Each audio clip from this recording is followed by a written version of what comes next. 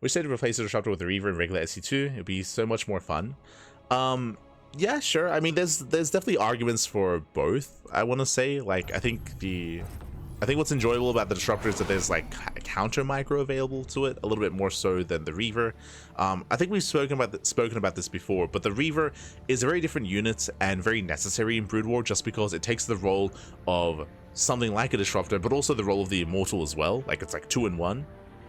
Like, it has to be a little more robust. It has to, yeah, be a little bit more impactful, just because Brood War Protoss don't have as much available to them. Meanwhile, 12 pool.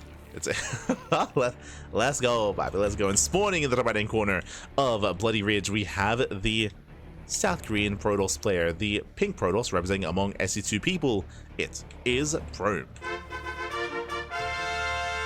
And it shouldn't be a surprise to anyone, but spawning in the bottom left hand corner, we have his opponent. We have the Red Zerg going for the 12 pool drone pool once again here to kick off the grand finals. Representing Team Hyper 1 from Hong Kong, it is Koht.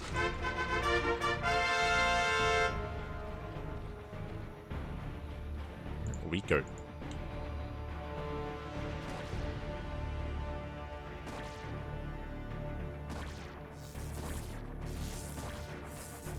So we do have the initial denial of the expansion, but really, this is the fake out. The probe does go. Oh my god, the probe does go down, and alas, Prome. I don't know how familiar he is with Koht. It is going to be a 2-gate opener, thankfully. 2-gate opener out of Prome. Meanwhile, he did scout. Okay, he did scout the timing of the hatchery, the timing of the spawning pool. I meant to say the boys are being pulled. It's all or nothing. 12 pool drone pool out of Koht. Prome, he's decently set up here to wall off. Yeah, the probe is in position. Probe is in position for the pylon. Drone gets spotted. Now he knows. Second pylon's on the way. Zealot has arrived, but he has to make sure the Zealot doesn't get surrounded, as the drones are here to come in from behind. Likewise, yeah, boys are being pulled. Good response here by Prome. A very nice response. The boys are here, and that Zealot is safe. Yeah, the Zealot is safe. The Zealot ideally doesn't get surrounded. There's that second pylon. And Koht is being denied. Koht, he's being denied. Going for the gateway, but that second Zealot will pop out. And so will the third. And as the Zealot count gets higher, I mean, this army, it becomes that much less effective.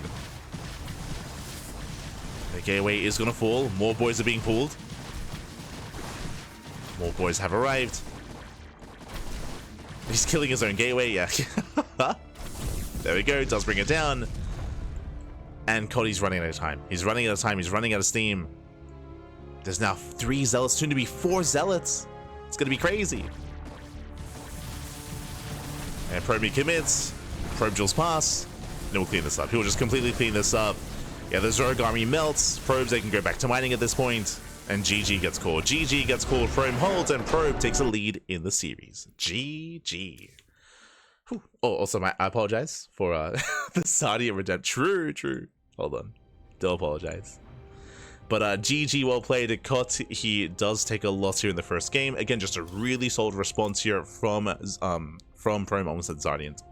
From Prome to pre-pull the boys, to have them ready behind the Zealot. Really nice SimCity. Was able to buy time for that second Zealot, for the third Zealot as well. And once he had his 3 Zealots, that was game. That was game. Then and there, he had plenty to defend. GG. GG, well played. Zardian playing Zerg? No way. No, we fixed it. It's all good. Yo, blame Zardian because he names himself anything but Zardian on EU and on NA. Este Zardian. But here we go. We're getting into our next game, and spawning in the bottom left-hand corner of Frostline, we have our South Korean Protoss player, the pink Protoss, representing among SC2 people. It is Prome. And spawning in the top right-hand corner, we have his opponents. We have the green Zerg player. We have the green Zerg from Hong Kong, representing Team Hyper 1 down in the series. We'll see if we can bounce back. It is Koht. Here we go.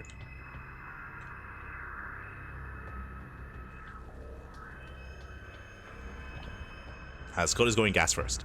Now, we have seen this already out of Koht's. We've seen 2 builds so far out of our Zerg player. We've seen either 12 pool, drone pool, or gas first into Ling Ravager. As we should be seeing Ling speed being prioritized, then we stay in gas into Roaches, into Ravagers, into a Ling Ravager all-in. That's what I'm assuming is going to be coming out from Koht, just because of what we've seen already here in the broadcast. So we'll keep an eye on Koht. As back at home, 2 gate opener. Oh. Yeah, almost an overreaction, but a 2 gate opener here from Prome. As Prome, of course, is rocking the Brutal Protoss. Koht force take the unnatural natural, force to expand elsewhere. Weaker. Guess or no good. I mean, cheese can be quite limited if your opponent scouts you, right? And if your opponent knows the correct response. That's something that the previous Protoss players had a harder time with. Even though they would scout the 12 pool, they would underreact more often than not. Or wouldn't have the best response to it. Meanwhile, the probe is going to be forced back. There's that Roach one. As we mentioned, again, Ling Ravager should be the go-to. So this should be the Ling Ravager all-in out of Koht. Back at home, Prome is setting up. Prome has limited scouting information. He did see the early gas, true, so he knows about early Ling speed. But for all Koht knows, this could be a Bane bust, or it could be a Roach all-in, right? Like, it could be one or the other. Technically, it could be just Ling speed into droning, true, that's also an option. We know it isn't that, but that's still like what Prome is trying to piece together. As 2 Lings slip in.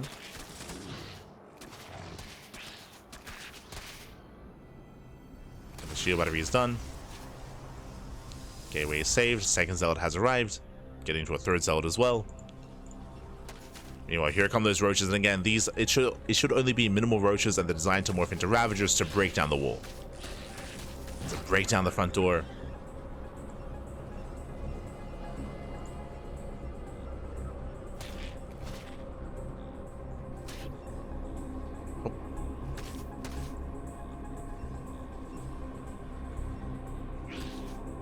Dragoon production has begun.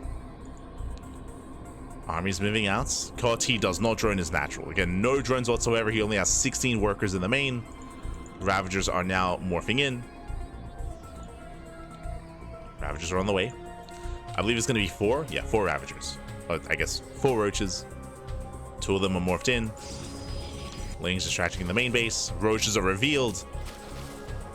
And the pressure is on. SimCity working against Prome there, getting a little bit awkward. It does have to focus on that Ravager. The first Ravager is going to be denied. Yeah, massive pickoff. Down to 3. Lings, they attempt to dive. While they weaken, they soften up the wall. The first Dragoon is going to go down, just barely. First Dragoon falls. Gateway under fire. Second Ravager is going to be focused down. Oh, not quite. Yeah, Lings, they engage. Ravager finishes. Prome is in trouble. Yeah, Prome is in trouble. Lings, they bust down that front door. They get us around. And looks like Koht has done it. Yeah, Koht breaks through, takes down the Zealots, takes down the Dragoons. Cannons are done, though. Uh-oh. Cannons are finishing up. Lings are going down. And Prome, he's barely holding on. Whew, barely does hold. Takes down the Ravager. Saves the probes. And there's not really much left. Yeah, there's not much left over. Does pick up the gateway. But right now, Koht is playing with fire. More Lings are coming in to reinforce. More Lings have arrived. And Koht is forced to drone. And bear this in mind, again, he hasn't had any saturation here. Koht was all in. Prome is in a better position. He has better saturation, better mining. He's not out of the woods yet, though. Cybercore is going to get picked off. Oh my god, it's so close. Cybercore on fire. Yo, remember when Protoss buildings used to catch fire? Yo, that look. Oh my god. I forgot about that. I appreciate that effect. Is that new? Is that a new effect? But yeah, in Brood War, Protoss buildings, they used to catch fire. I just, yeah, it just clicked in my mind that that is not the case in SE2. They used to be like blue flames. Yo, I made the memories, they just flooded back in. Let's go.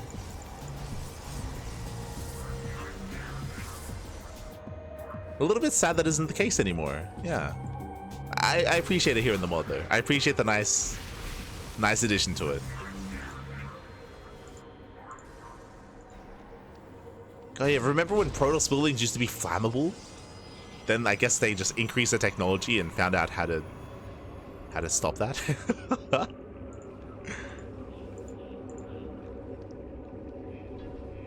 As behind this, Koht is droning. He's droning up, saturating his natural, getting a third base. Koht still has a ways to go to recover, I will say that. Photo kind of looks like a little candle. It does, it looks like a little candle. Ah. Let's go. It's like an oil lamp.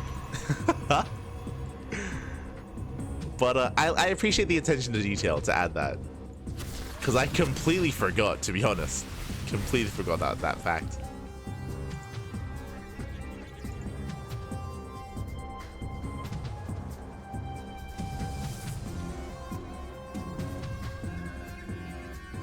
It's like how I appreciate when the Dragoon dies, like it doesn't just like explode or like fall apart, but it breaks apart, but like the center like melts and it like opens up and like fluid goes everywhere. It's just different vibe.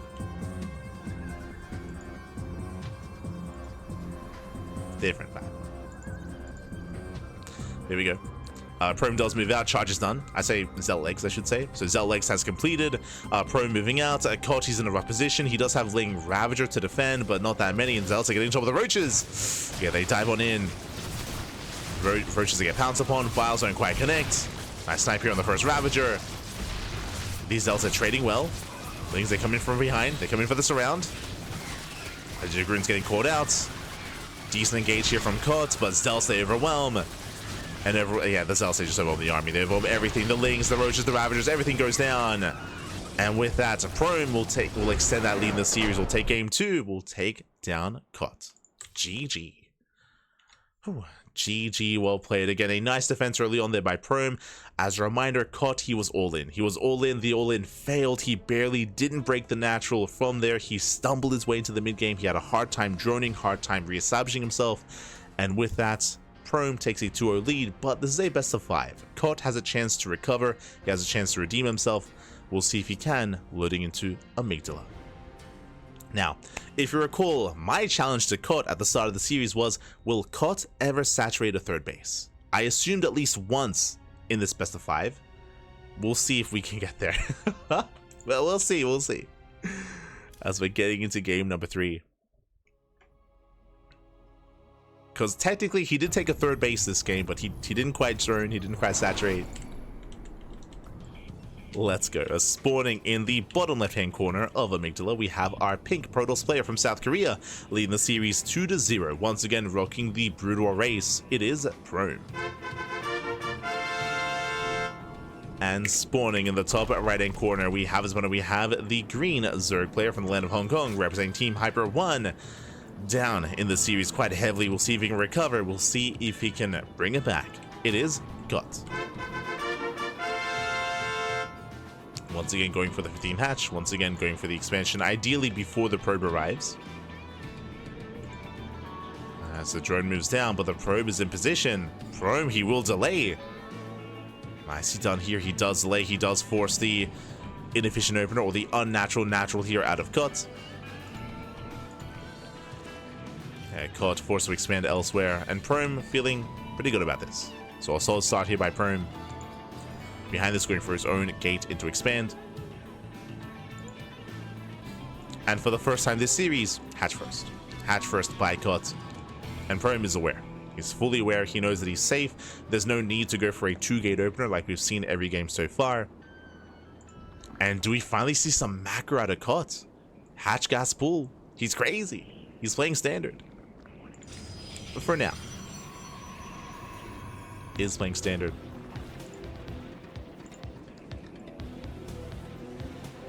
And we'll see if this leads into something more chaotic, if this leads into like a roach based all in, like a German taxi or a job lord based all in. I'm assuming all in because that's all that Koht has done so far in this tournament. Like he's he's done for the only times he has macroed is when his all in fails. Like that's the only time. So my eyes are gonna be on the Zerg player for the most part.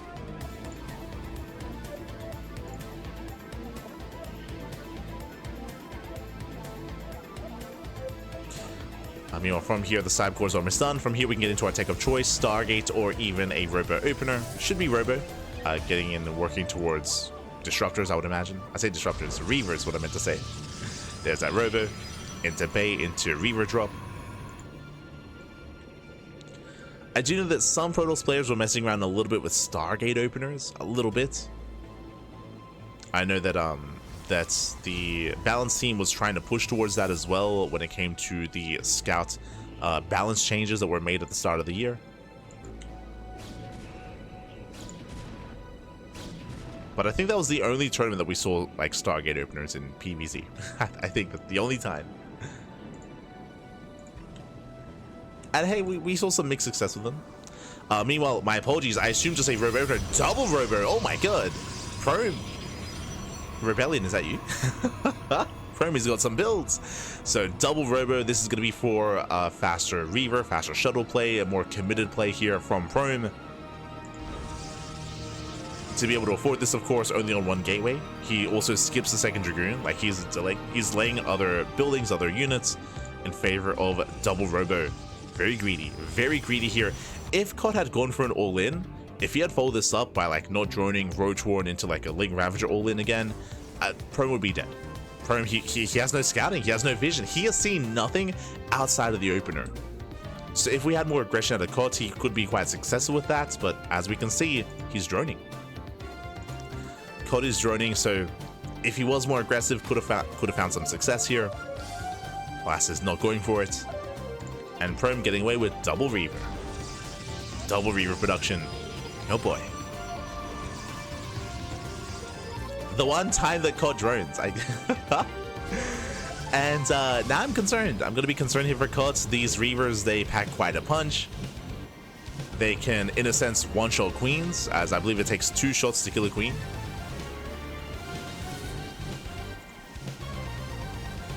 And the Reavers, they have arrived. Loaded up. And Prome is moving out.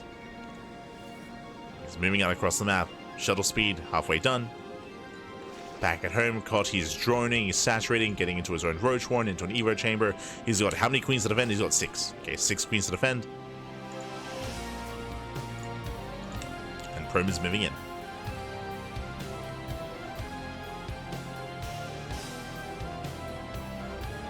They're being in between the bases. He can just go straight for the queens. Speaking of, does find them. And queen's gonna be targeted, he gets 1. Takes down 1, he takes down the others. Again, 2 shots, and he will kill every single queen. Oh, I say that. Gets 2 so far. The others pull away. Roach production has begun. The Reaver's getting very low though. Oof. Reaver's getting low, gets the second queen. Gets 4. 4 queens go down. Oh my god, the Reaver's so low. Oh my god, the drones, they stack up. 5 drones go down. Not like this. Pick up the Reaver. Jesus. He's on 3 HP. Save your Reaver. And so far, Prome doing well. Does trade well here. He takes down, I mean, look at the efficiency. 6 drones, 4 queens, 14 lings, and an Overlord. As I believe that was just killed as those morphing in. Moving across the map. And now Prome moves out. Now he moves out with his main army. Has his Dragoons, Dragoon range on the way. That was also delayed, getting up to 4 Reavers. Jesus, that's a lot of Reavers.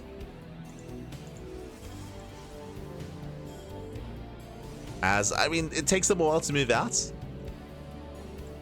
At least Koht does spot this. He's aware. The Overlord's going to buy a lot of time. Behind this, Koht trying to go into meter play, going for a Spire. He does spot the army. So we're buying a lot of time, actually. Aye. As now Prome can push. Koht back at home building up his roaches. Drop coming back in. wants the queens. Oof. Shots going up. Takes down one. Takes down one of the queens. Pulls away. Again, here comes that main army. Reavers are lagging behind. Jeez, he's got 6 Reavers. 6 Reavers moving in. I don't think I've ever seen this many Reavers in a game, I'll be honest. Like, usually we stop at like 4. Reaver shots being spent on the gas geyser, not ideal. And no scarabs left. Base under fire. Reavers are still waddling in. Yeah, he gets ahead of himself. 1 Reaver goes down, 2nd Reaver as well. And mutas, they have arrived, but that's what the Dragoons are for. Yeah, they zone away the mutas. More Dragoons on the way, making 6 at a time. Here comes a drop. Diving on the roaches. And massive connections. Koht, I don't think he can hold on here. Yeah, massive shots going up. Oh my god. The scarab shots are insane. Then we're down to 3 roaches. And the Dragoons are overwhelmed. They will overwhelm this. Just Mass Dragoon. Does cost Prome at 6 Reavers. Does cost him a lot. But he has enough. He has enough anyway. He starts as forward. Breaks through all the roaches. It was a bit of a suicide move with the Reavers, but I mean, it may just be worth it. I say that Lings, they come in to reinforce. Not bad. Boys are being pulled. God, can he hold on? No. no shot. He's buying a little bit more time here. Prome's still just rallying across the map. Essentially 2 base all in, as he never took a 3rd. Yeah, mutas are being targeted. As he just kites back. We do see Koht somewhat trading here. Again, Lings, they do an amazing job here at just buffering and just tanking Dragoon shots. But there's not that many Lings left over. Not many Lings left. And the roaches are exposed. Roaches are exposed. They're falling one after the other. Losses that Koht just cannot afford. GG gets called. Well played. And Prome will take the series 3-0, becoming our very first StarCraft Evolution League Koht champion. GG.